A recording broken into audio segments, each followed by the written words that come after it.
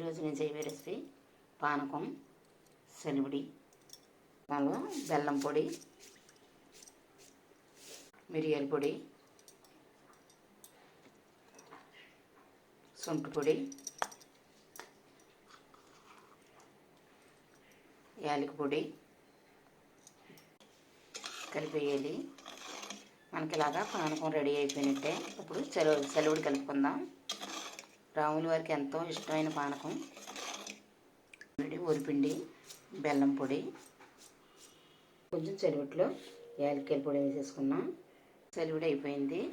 సలివిడి వడపప్పు, పానకం, సలివిడి వడపప్పు రెడీ అయిపోయింది.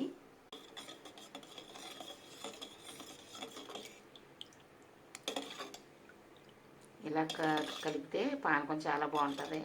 ఇలా మీరు కూడా ట్రై చేయండి. ఈ వీడియో కనుక మీకు నచ్చినట్టయితే సబ్స్క్రైబ్ చేయండి.